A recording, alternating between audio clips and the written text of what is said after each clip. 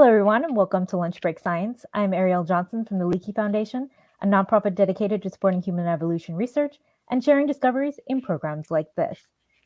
We'd like to thank the Ann and Gordon Getty Foundation and Kendall and George Smith, whose generous support made this episode of Lunch Break Science possible.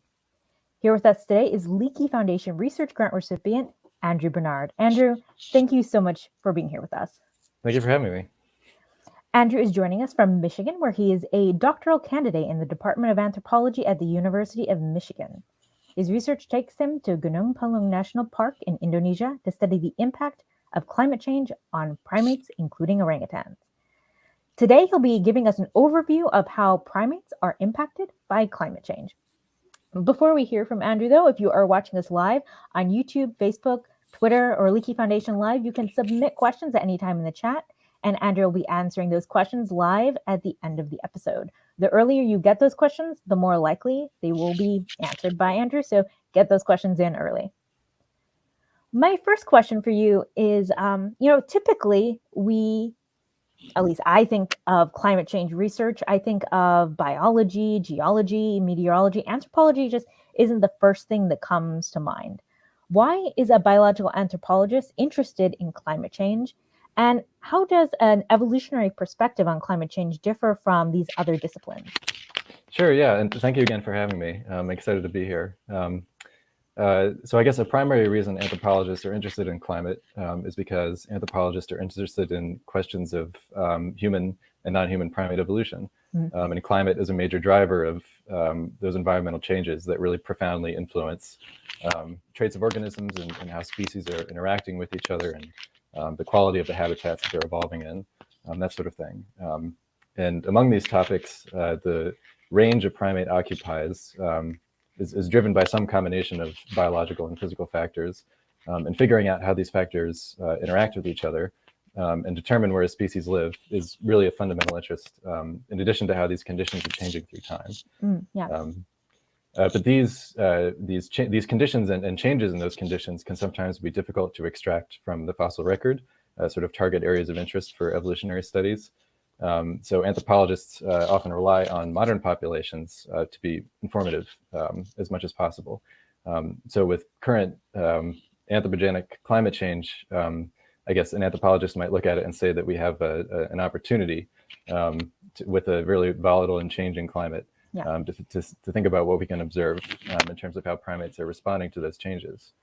And speaking of modern populations, in addition to this evolutionary perspective, we're really interested in describing these population dynamics of modern primates and how they're affected by climate has really profound conservation implications. Oh, absolutely. Which is something that anybody who studies primates should be interested in, given that the vast majority of primates have some sort of threatened conservation status. And another way that these evolutionary and modern population perspectives can combine is sort of looking at a common prediction of how primates might respond to climate change, which is by tracking changes in their preferred habitats. And primates generally live in tropical environments, and so this sort of habitat heterogeneity is generally only available to them in elevation gradients. So we look to tropical mountains to sort of see how primates respond to changes in their environment in this sense. One of these gradients that probably most of us are familiar with is Mount Kilimanjaro, which, as you can see, there's ice on the top, or at least there has been historically, maybe not much longer, even though it's in a tropical environment. And so this is what the rainforest looks like, sort of at the base of the mountain, and getting up to the top, obviously, is sort of an alpine environment that looks really different. So in graphical form, these kind of predictions again are increasingly common. And this is a prediction from 2015 with snub-nosed monkeys, and sort of the small insert on the right-hand corner shows us that predicting changes in climate through time, so into the 2060s and 2080s, the elevation that these primates occupy is predicted to increase over time. And the sort of larger part of the figure on the right is showing us that the size of these populations is also going to be decreasing over time, mostly as a result of space. If suitable habitat is only found higher and higher up in a mountain, then there's less and less space for them to occupy. So the population sizes themselves are going to be decreasing. So your work is currently focused at Gunung Palung National Park in Indonesia. Why is that area in particular of interest? It's of interest for several reasons. First, there is an elevation gradient there, which is not too common in primate studies to find a place where primates will range from the bottom of a gradient to the top. So that's definitely something I'm looking to take advantage of with my dissertation work. And then as a function of the elevation gradient, largely there's 7 really distinct habitat types. So this is sort of a long shot away at what that mountain looks like. And so there are these 7 different habitat types that have really different conditions. This is looking at sort of the base camp, which is kind of an alluvial bench lowland forest habitat type. And this is sort of transitioning up into sort of the mid-range lowland sandstone kind of area. And then once we get up into the montane forest, things look really, really different. And primates do range from the bottom of the gradient to the top, but they have preferences in different places depending on sort of availability of resources and things. So we can look at those preferences and how they're changing and maybe how the environments themselves are changing through time to give some indication about how primates take advantage of this gradient to sort of, to make use of this heterogeneity in response to changes in their environment. So that's the second reason. The third reason is that there are lots of primates at this study site. There's 5 that we commonly see. So there's a big variety in terms of taxonomy and diversity, and we can sort of generate different predictions about how different species are maybe have a greater ability to respond to changes than others, and what that sort of looks like as they're interacting with other species that are living in the same environment. And a lot of these primates are also threatened, as I mentioned earlier, perhaps none more so than the orangutan at Gunung Palung. So figuring out what's happening with their population dynamics over time is really important. And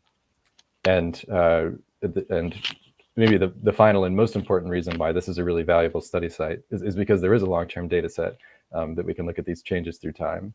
So this particular site has been functional since the mid-1980s.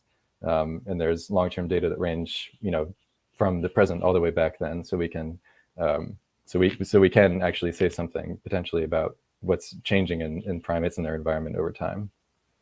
So your work incorporates both data collected out in the field and analysis of the data and data sets like you discussed when you return to the field. What type of data are you collecting when you are out in the field? There's several types, maybe 3 main types. The first being primate abundance data. So there are 5 different primates that are commonly observed. There's more primates there, but only 5 are commonly observed. A couple of them are nocturnal, and a couple of them are sort of on the periphery of the site, so we don't see those as often. So you'll see photos of what those primates are. And the way that we do this is by conducting these really sort of systematic censuses along predetermined routes twice a month, all along the elevation gradient.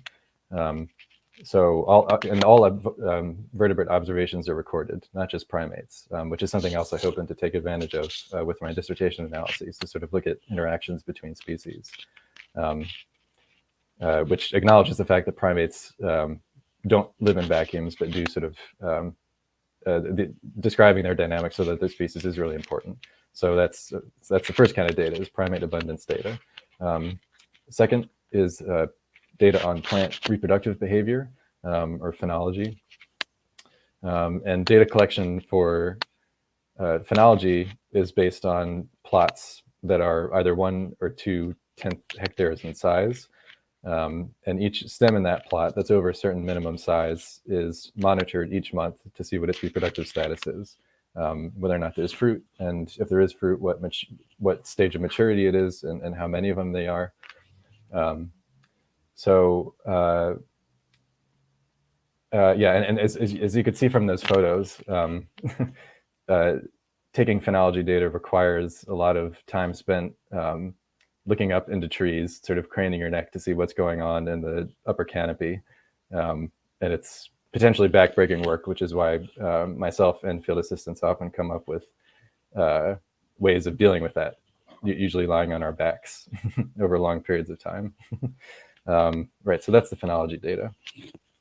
And the final sort of main data type that's collected is weather data. So these are based on weather stations that, again, range from the bottom of the gradient to the top. And we might not think of tropical environments as being places where weather changes that much, but as these photos show, I mean, especially with precipitation, there are sort of significant changes that happen over time. The river, you could see from the first photo, was sort of, the riverbank was really high. And in the second photo, the water had almost sort of surpassed that level. So there are significant changes that happen in these environments over time, and we're interested in picking up on all of that variability to see how those changes might be driving changes in primate food and primates themselves. Yeah. It's quite a breadth of species and knowledge that you need to know. How long did it take you to learn all the species? Well, longer than 5 years, because I certainly haven't learned them all yet. I say 5 years because I did my first sort of pilot season out in 2016, and I certainly have not learned everything yet. But there is a lot, and yeah, my first sort of foray into the site was spending a lot of time, particularly with the plants, trying to figure out ways to identify plants. And fortunately, a lot of that work was done for me because many of the stems were already identified. Most of the stems were already identified. But as you can see here, I mean, looking up into the canopy, there's sort of just a tangle of lianas and trees and brush and sort of overlaying leaves and things, and it can be really hard to distinguish kind of what you're looking at. So at that point, it just becomes becoming familiar with the specific stems that you're looking at and sort of where to expect fruit and things. And I really rely heavily on people that have been working there for my advisor and other people to have that knowledge that I could learn something from. I was responsible for identifying some stems as we sort of go back through the phenology plots and update them based on, you know, accounting for stems growing to the point where we monitor them, and also stems dying. So I was responsible for identifying some, and one of the tricks that I learned to be able to do this is to sort of just take a little nick out of the trunk of a tree, and the diversity of the forest is fantastic, and there's several different kinds of colors of sap that come out from trees. So this at least gives some indicator, at least to the family level of what you're looking at. Wow. What is a day like for you and your team out in the field? It's interesting because it's a very different kind of field work from what I'm accustomed to, from what my experience is anyway with primates in the past, which is fairly consistent among studies, especially if you're looking at social behavior. You kind of, you know, get up early and find your primates of interest and then follow them for as long as you can, and collect data on them as long as you can. And that's very distinct from what this field work looked like for me. So I guess one thing is that the days are really variable depending on what we're doing. There are some days that are just kind of travel days. So the spot where I spent the most time was up in the montane forest, and it's fairly inaccessible, and it takes a long time to get there from the main camp.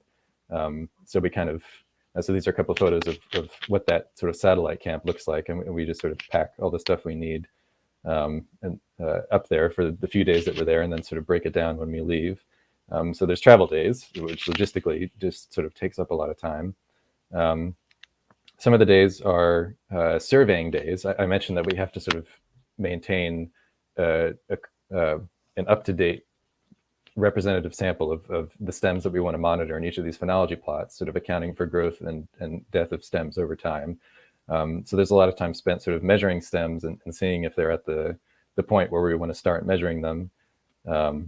So that takes a fair amount of time, and measuring the diameter at breast height of some of the stems can be tricky.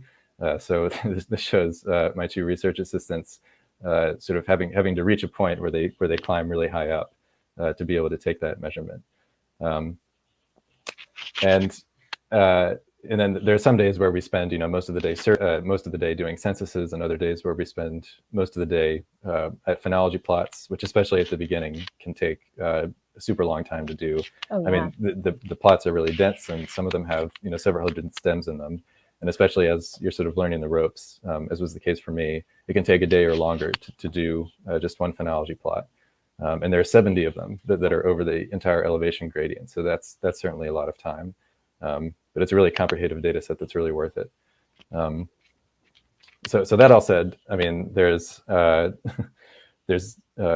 a dull moment really, and there's always things going on kind of in the park that make it an interesting place to be. That's gorgeous. Yeah, and there's different, so this is Bruce, who was a frequent inhabitor of our baseland of our main camp that made things interesting. There are these centipedes. As far as tropical forests go, it seems fairly benign. There's not a lot to look out for, but those centipedes were certainly something. And I can say from experience that they certainly hurt when you get bitten by them. And then there'll be a few hours one day where we just kind of want to take a break and visit a waterfall like that, which is sort of is kind of a welcome break from the humidity and the challenging conditions of working there. Oh, I bet. Yeah. Well, it's good that you have a team. Do you want to talk a little bit about your team? Yes. So thank you for saying that, because none of the work that I do would be possible, and this is true for the entire project that's there as well, without my assistants and the assistants for the project. So this is Robbie and Dalim, who I and others helped sort of train on these methods, and then they continued data collection after I was gone. And they served as really key ambassadors for the project in a way that I would not have been able to, and were able to sort of spearhead presentations to the surrounding community and universities around the park, and also really served as a helpful way to sort of ground the research by reminding us of what was interesting about what we were doing to the people that live there, and how we need to incorporate that into sort of our driving question. It's so wonderful to hear you had Everything such a great team that was so involved like that. I want to talk to you more about data analysis, because we had a really interesting conversation while preparing for the episode about it, but let's loop back to that after your presentation. Before that, though, I want to hear about how you became interested in studying biological anthropology. It's sort of a long, winding story, I guess, like many of these things can be. But I guess the starting point is that ever since I can remember, I was always interested in science and sort of figuring out answers to things, and being outside. I always wanted to be outside. So I was always sort of sure that I wanted to pursue science, but I didn't really know specifically what I was interested in, because it seemed like I was sort of interested in everything, and I wasn't really sure how to narrow that down. So I started, after I graduated college, I majored in biology, just sort of general biology, and I started just pursuing research opportunities on different kind of projects to sort of help me figure out what questions I was most interested in. So my first opportunity out of college was working for actually a graduate of that same college in Chile. And this was a project with small mammals, looking at sort of hormonal responses and how hormonal responses, stress hormones may look different in different environments and things. So that was sort of a great introduction to field work. And then from there, I transitioned to working in Congo for a long time. I was there working for a couple of Democratic Republic of Congo. I was there working for a couple of conservation biologists who were in the very long process of establishing a new national park. So pretty much everything was exploratory, and they pretty much wanted an answer to everything that was out there. And I spent a long time doing these sort of exploratory bird surveys of just categorizing the diversity there as best we could. And it's a really fantastic environment, certainly a challenging environment to be in.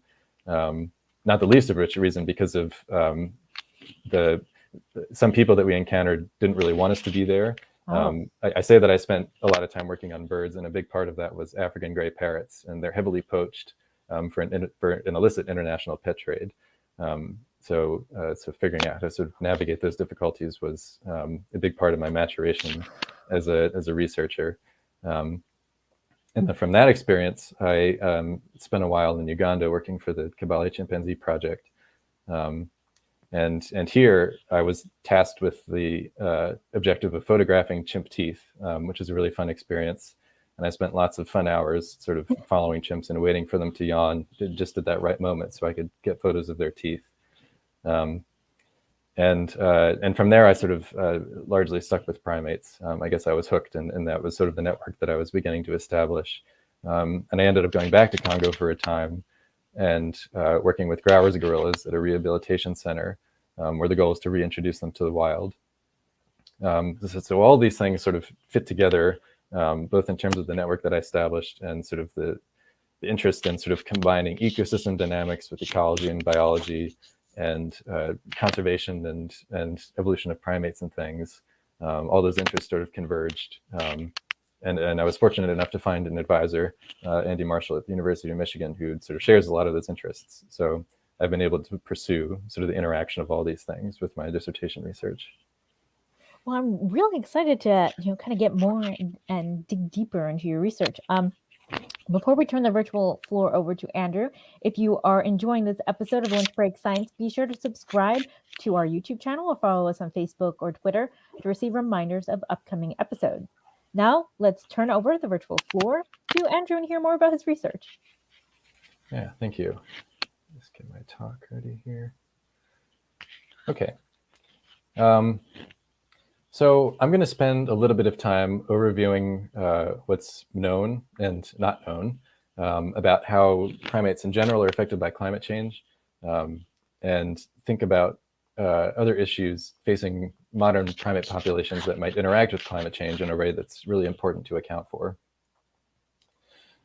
So in general, primates, like any species, generally have two options available to them, and a lot of variability between these things. When it comes to responding to changes in climate, they can basically acclimate to changing conditions in place, or they can move to track changes in their habitat as their habitat change. Primates are quite behaviorally flexible, so they might use this strategy to take advantage of that and stay put. But it's also true that conditions might be changing quickly enough in their habitats to really urge them to move. So they may not be able to acclimate quickly enough to those changes, basically. And parsing out these responses is of a lot of interest to biological anthropologists, both to understand and predict the effects of climate change on modern populations, as well as learn something about their evolutionary history. As I mentioned earlier, climate is a major driver of evolutionary change, and identifying all these factors that impact where a species lives and how it moves around and its behavior is a really big piece of that. So when a lot of us think about climate change, probably an image that comes to mind is sort of the last polar bear stranded on a, the last remaining ice float or something in an Arctic sea that's entirely melted. Undeniably something to be concerned about. But many of us probably don't think of environments like this that are predominantly tropical, and it's an environment that's already hot, right? So how does it really matter if it's just going to get a little bit hotter? And these are the environments that primates are predominantly living in. So why would it matter if it gets just a little bit hotter? And the answer is, well, it matters because it matters a lot. Primates, even though they predominantly live in tropical environments, still are vulnerable to the effects of climate change. For three main reasons. The first is that primates, because they're predominantly tropical and living in these environments, they have a history of experiencing relatively mild seasonal fluctuations in temperature, which means they're adapted probably to a really narrow range of temperatures and living close to their upper thermal tolerance limit, more so than temperate species might. So they are probably really sensitive to even small changes in temperature. The second source of vulnerability to climate change that primates have is that their movements are often really restricted as a function of habitat fragmentation. So another anthropogenic effect. So this suggests that primates may heavily rely on behavioral flexibility to cope with climate changes, but it's unclear the extent to which they'd be able to do this. A third reason is that primates have really long generation times. They're really long-lived species with really slow life histories. And this limits their ability over time to accumulate beneficial adaptations. So evolve, basically, sufficiently quickly to mitigate the detrimental effects of climate change, especially, again, at the rapid pace that climate is changing. So the rate that climate is changing might outpace primates' ability to adapt to it. And because of the long-term nature of primates' long life histories, longer-term studies are really, really necessary and beneficial to advance our understanding about the effect of climate change on primates. They might provide a stronger signal of biologically meaningful change, where we can sort of parse out the effects of climate changing versus random noise, for example. And increasingly, there's primate data sets now that go back 30, 40, 50 years. So we should be able to start applying them more frequently to look at changes in and how primates are responding to changes in their environment. Right, so taken together, these sorts of vulnerabilities suggest that climate change is likely to be a major threat to the long-term persistence of many primate populations. In terms of what we know then about how primates are affected by climate change, given that they're vulnerable to it, it's probably easier to summarize what we don't know as opposed to what we do know. So one of the things we know is that our knowledge of how climate change is going to affect primates is not equally partitioned out, either with respect to space, geographic distribution, or primate diversity. So what this figure is showing is that of the 89 primate range countries, so countries where primates live, only 35 of those are represented in climate change studies, and 53 are not. And many of the countries here, especially in the continent of Africa, are showing up gray, which shows that there's no studies there from primates that live in those countries that really focus on climate change. I mean, this is also a field that's emerging really quickly, and it's possible that that's not the case anymore, as it was several years ago, at least with the way that my advisor and I defined studies of climate change. So another thing to look at here is that there's 3 countries of note in particular: Brazil, Democratic Republic of Congo, and Indonesia, which are showing up as beige. And these are the countries that, in addition to Madagascar, have the highest diversity of primates. But there's only very small proportions of that diversity that have been the subject of a climate change study. And our knowledge of primates and climate change is also not equally partitioned out with respect to the diversity of the primate order, which is what these figures are showing.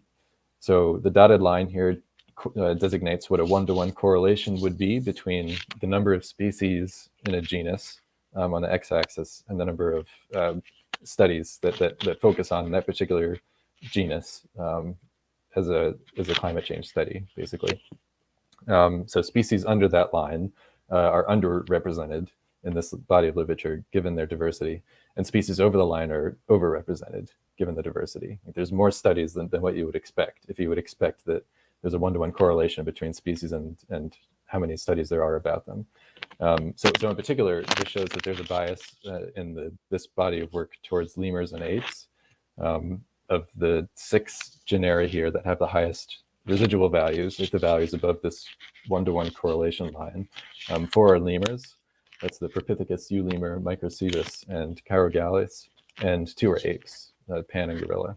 So for each of the 4 other taxonomic groups of primates, which are the South American monkeys, the Asian and African monkeys, lorises and tarsiers, over 80% of their species remain unrepresented in the climate change literature. So what we're left with is a knowledge base about primates that's not equally distributed, again, with respect to geography or diversity, and it's significantly lagging behind our knowledge of other taxonomic groups and how they're affected by climate change.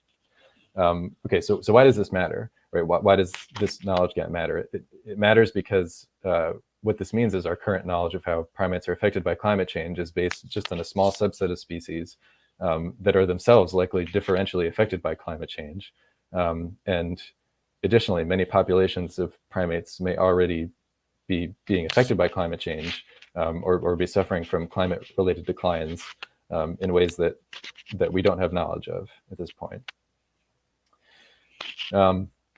So our knowledge of the effects of climate change on primates is dominated by, in general, short-term observations, given the paucity of long-term data that have been available to apply to these questions until recently.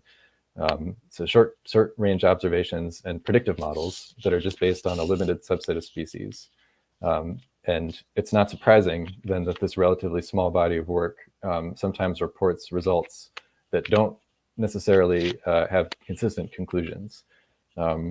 So it's hard to come up with overreaching or to come up with sort of general conclusions, basically, about how primates are going to be affected. And to summarize just a couple of main points, one thing that we do know is that short-term changes in climate, so things like rising temperatures and more severe droughts, are often deleterious for primates and can result in, for example, lower birth rates, decline in reproductive output, or increased offspring mortality. We also know that within those short-term changes, increasingly dry conditions might be particularly negatively impactful for primates. For example, as dry seasons get drier, there may be less food and lower quality food produced as a function of that. We also know that primate habitats are likely to change in response to changes in climate, but they may become more or less suitable for the primates living in them in ways that are species specific and sort of hard to predict at the moment. So for example, Brown and Yoder in 2015 did a survey of 57 lemur species and built models for those species and predicted that 60% of them are going to experience range reductions, I believe by 2080 due to changes in climate. So this means that suitable habitat for them is going to decrease. But 16% of them might expand their ranges, so there may be more suitable habitat for them, and 23% may not experience any range changes at all by 2080. So there are these species-specific effects that are sort of not the dynamics of which aren't entirely clear. And it's also unclear how much increases in extreme weather might affect populations of primates. So just as two examples of this, there was a typhoon that decreased the population density of Philippine tarsiers by 18%, but then a gray-headed lemur population was similar before and after a cyclone when their habitat was exposed to that. So again, these are many of these results are inconsistent, but this isn't necessarily surprising, given that climate changes themselves are going to look different in different regions, and this just makes the formation of sort of blanket predictions hard. So as an example of sort of what we might learn about short-term changes in climate, or short-term sort of assessments of climate and what relationship primates have to their environment. This is an example that was recently published from Gunung Palung, where I do my dissertation research, looking at orangutans specifically. And this is also an example of how what we might learn about the relationship between a primate and its environment is distinct from knowledge about what happens when that relationship might be changing due to changes in their environment. So anything we learn here about climate change is sort of an implication, which is a way that sort of categorizes a lot of the literature. Right, so there's two graphs here showing modeled abundance of orangutans at Gunung Palung National Park. The left shows orangutan abundance as a function of rainfall, and the right shows orangutan abundance as a function of minimum monthly temperature. And each line in these figures is showing orangutans in one of the different 7 habitat types that I mentioned. So this shows that in the montane forest, which is the lightest yellow of these lines, there does seem to be a direct effect of climate on their abundance, not necessarily mediated by food, potentially, but not necessarily mediated by their food. So as rainfall increases, orangutan abundance decreases, and as a minimum temperature increases, their abundance decreases.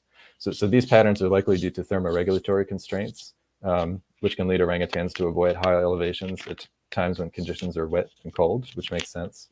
But then they might preferentially occupy them, even relative to other habitats that may be considered higher quality, at densities that reflect those more preferable habitats when conditions are warm and dry.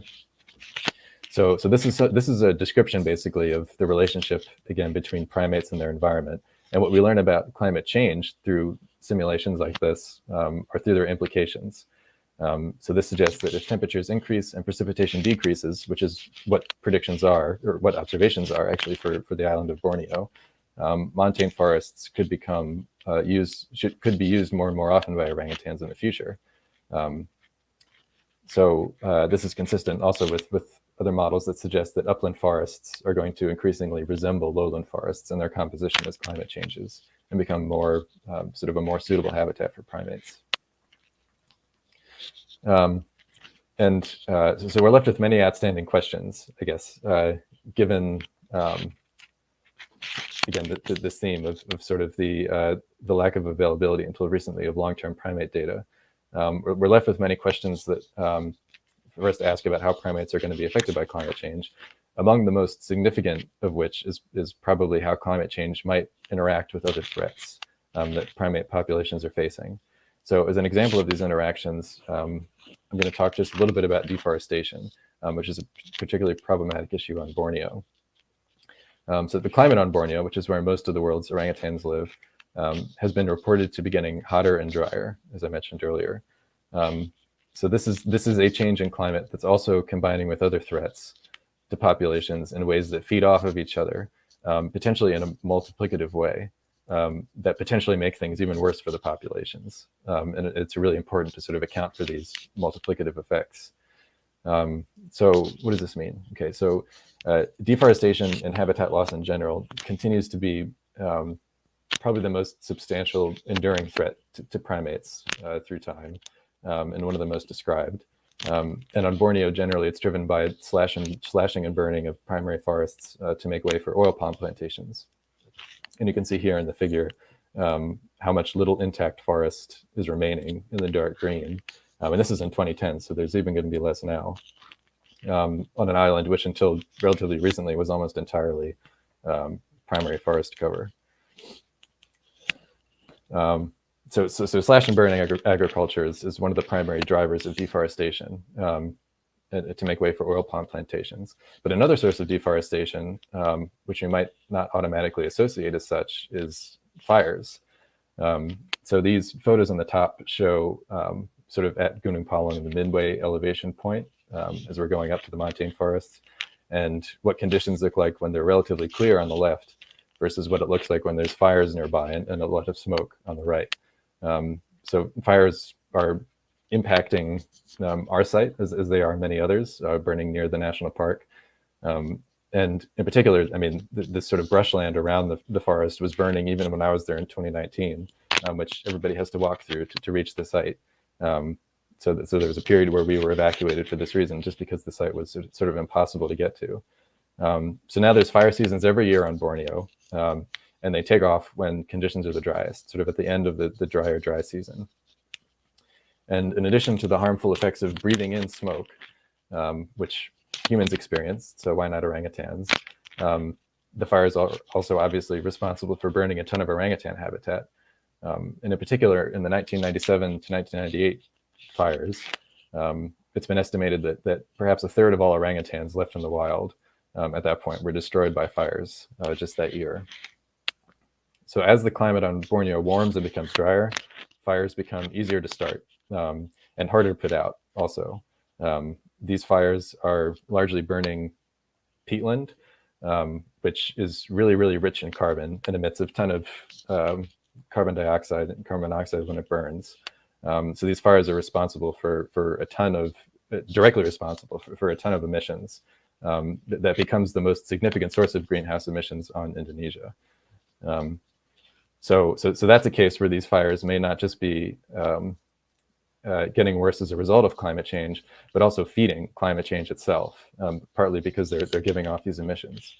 And they're potentially feeding climate change in another way that's based on a feedback loop, which is interesting and also sort of a little terrifying. There's a feedback loop that starts with deforestation and potentially jeopardizes the whole sort of climate system on Borneo. And this was described in 2013 by Kumagai and colleagues, who built water circulation models that show how there's a lot of precipitation on Borneo. They confirmed that there's a lot of precipitation on Borneo, which is definitely true. But it seems like very little of it actually comes from the water surrounding the island. This is to say that the models show that Borneo seems to create much of its own precipitation through evapotranspiration from its forests. So as forest cover decreases, that means less evapotranspiration, which means less precipitation. And the trends do show that precipitation is decreasing over time in Borneo, and it's possibly to do with the severe deforestation that's currently happening on the island, becoming part of this feedback loop.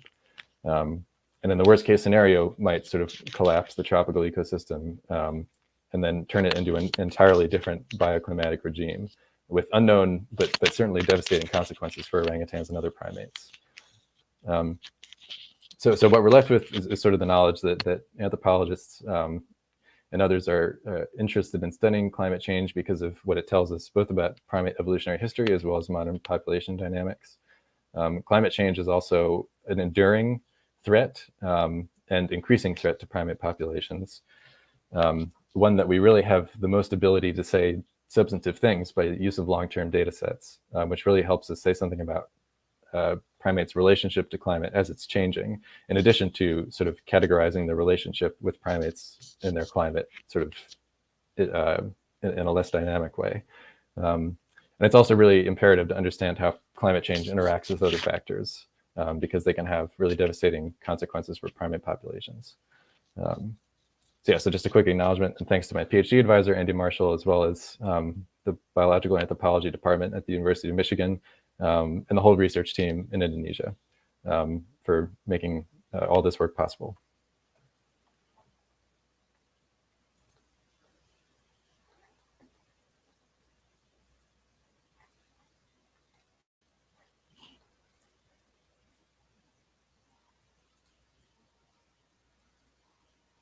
Sorry, Ariel, you're muted.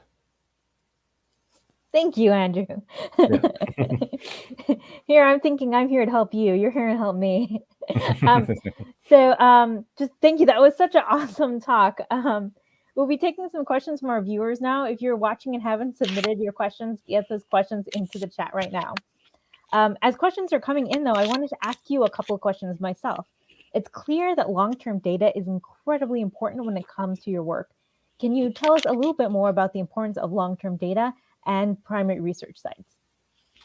Yeah, I mean, it's all about, I think, consistency. I mean, it's one thing it's certainly valuable to sort of have these point comparisons where you look at a moment in the past and sort of see how that compares to what's happening in the present. But it's so much more meaningful if you're able to have sort of the consistent sort of duration of what those changes look like. I mean, climate change is described through changes over time. So it only makes sense that to be able to say something about how that affects primates, we have a similar data set where we're talking about changes in primates over time and picking up all these little fluctuations to be able to describe what these trends look like is really what's necessary to talk about climate change. So there's really no other way to do it other than to have these long-term data. Well, long-term field research sites are just absolutely invaluable, and increasingly they're facing gaps in funding and emergencies. If you're watching this and your long-term primate research site is experiencing these circumstances, please check out the link we've shared in the chat to learn more about the Primate Research Fund, a relatively new fund from the Leakey Foundation. If you are passionate about primates and want to know how you can help make a difference for vulnerable primates, long-term field research sites, and local staff members, please consider supporting the Primate Research Fund. We have shared a link to donate in the chat. So what kind of data would you need to conclusively show the impact of climate change on primates? I guess conclusively is a tricky word, I guess. Yeah. Because, I mean, it's always a challenge to talk about causation as opposed to correlation, which is certainly the case when it comes to primates. And I mean, we might talk about sort of drivers of certain changes, which may be sort of a code word for causal interactions when we can't quite say that. But I guess I sound like a broken record at this point, but just long-term data is really the key. I mean, being able to show sort of consistent changes in one kind of variable like weather and corresponding changes in another variable like primate abundance is really key. And at Gunung Palung, it's also fortunate that there's really little land use change. We also have to worry about other confining variables. So there's little land use change that's happening in the study site at Gunung Palung specifically. So hopefully we don't have to worry about things like deforestation playing a role in movement of primates in that range. But yeah, looking at changes over time is the key. So let's take our first question from the audience. It comes from Brandon. He asks, what are some examples of primate acclimatizing in response to climate change? There really aren't that many. And again, it's about this relationship between describing the relationship between primates and their environment versus describing how that relationship might be changing. So there's certainly lots written about how primates acclimate in different ways to their environment. There's an example from sort of a population of chimpanzees in the western part of their range, where as conditions warm, they're spending more time in caves. So there's a place where they can sort of cool down. So there's those sort of behavioral changes that can happen. But yeah, and I mean, I mentioned the predictions about climates changing ranges in response to changes in their habitats. And to my knowledge, anyway, that's never been something that's been documented. It's still sort of at the point where there's predictions about it, and we're reaching the point where the predictions are sort of predicting things for years that we're currently living in. Like the one of the graphics I showed earlier about sun-nosed monkeys, the earliest year of that prediction was in 2020, so 5 years in the future at that point. But so it would definitely be worthwhile to sort of revisit those predictions and see if they've come true. But there's not much. Yeah. Our next question comes from Alan. And Alan asks, what sort of mitigation is out there currently or otherwise to combat loss of habitat or other impacts resulting from climate change to primates? What mitigation is out there to combat loss of habitat? There's people that devote their lives to this, that spend all of their time sort of out on the ground, working with people that are in these communities maybe most directly responsible for deforesting habitats, for example, that in a way that's really admirable. It's also, I mean, it's tough because I guess there's different sorts of ways that you can align your effort. I mean, there's folks that spend a lot of time on the ground. There's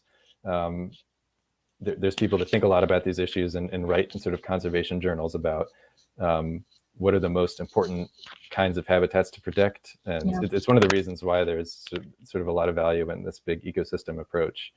Because it could be that something is responsible for the maintenance of the population in the wild that isn't directly visible, like the importance of these montane habitats for primates at Gunung Palung.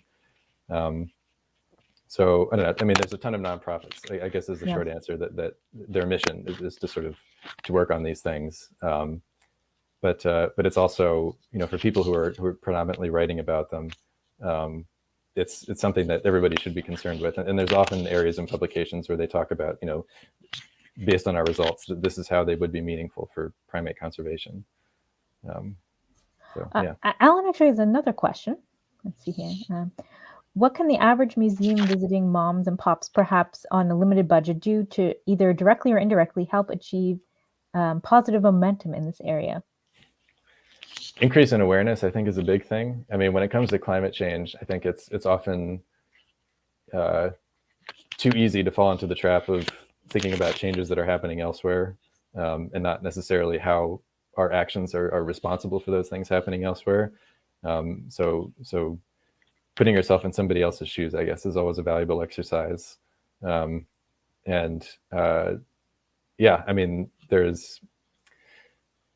it's all about increasing knowledge and increasing awareness, I guess, and starting conversations that are potentially difficult to have. So, yeah. Our next question comes from Jeannie. She asks, can your research in climate change on primates have a political impact on the current crisis on the planet? I guess I'm not sure is the short answer to that question. Among those that have trouble accepting sort of the weight of scientific evidence for climate change being a thing, more and more facts about what those changes look like and what we can definitively attribute them to, and how they're responding, how primates and other animals are responding to those changes. I'm not sure that will convince anybody who has a mind to think otherwise. So I guess I would like to think that I'm adding to the body of knowledge to sort of remind people that not only is climate changing, but it has real effects on not just humans, but all sorts of dynamic ecosystems. So hopefully I'm adding to that body of knowledge, but I guess I'm not sure how far that goes in the political spectrum. Our next question is from Charles. He asks, on the changes in vegetation cover as a result of climate changes, is that linked to the sources or to resource use demand increase in most primate habitat areas by people? Yes, most assuredly. Primate habitat continues to be shrinking over time from pressures from humans. And as human populations grow, our extractive-based economies aren't really keeping up with those that decreasing resource base at a scale that would be appropriate to sort of mitigate the detrimental effects of that. So more and more people means more and more people relying on those resources, and that will continue to be a problem for primates and put more and more pressure on protected areas to sort of as these last kind of bastions of what these ecosystems look like. That is troubling. We have a question that's come in through our website. How has COVID impacted your research? In more ways than can be described in a short amount of time, for sure. But one of which being, I was planning on going back for another field season last year, which I was not able to do.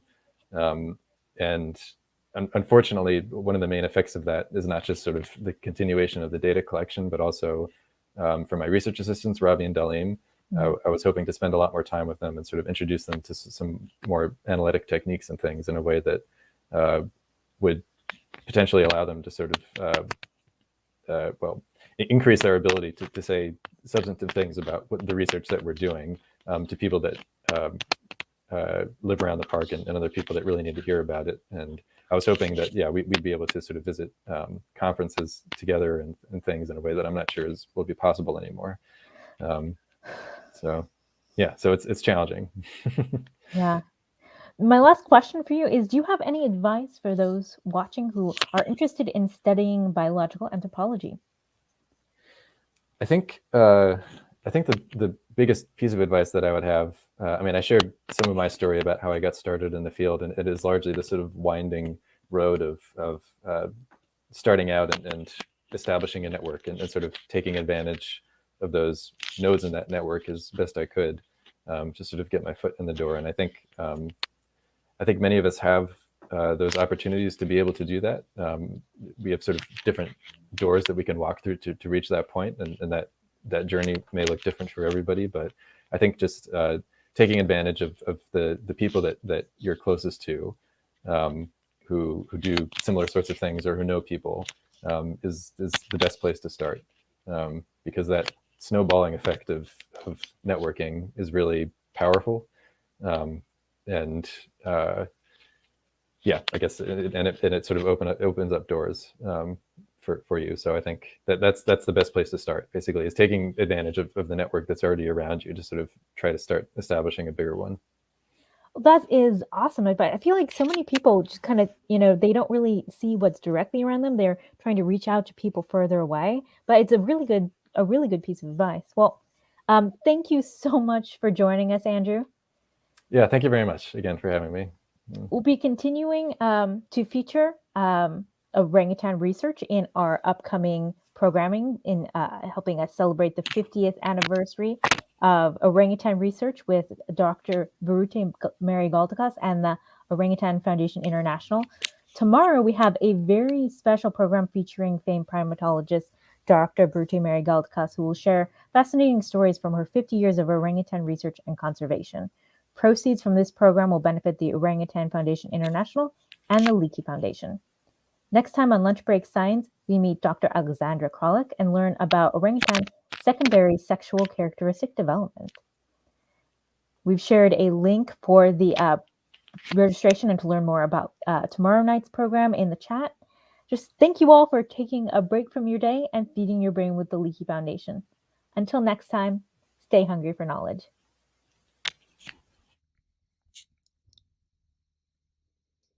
Lunch Break Science is brought to you by the Leakey Foundation and is made possible by the generous support of the Anne and Gordon Getty Foundation and Camilla and George Smith. Visit us at leakeyfoundation.org to learn more about the Leakey Foundation, today's guest scientist, and how you can help support human evolution research and educational programs like Lunch Break Science. Right now, all donations will be matched by generous donors, meaning your impact will be doubled. Miss an episode of Lunch Break Science? Catch up on past episodes and browse our library of Leakey Foundation lectures on our YouTube channel. Still hungry for science and can't wait till our next episode? Check out the Leakey Foundation's award-winning podcast, Origin Stories, available wherever you listen to podcasts. Subscribe to the Leakey Foundation's YouTube channel, follow us on Facebook and Twitter, or sign up for our newsletter to be the first to hear about exciting upcoming episodes and programs, as well as groundbreaking discoveries in human evolution research.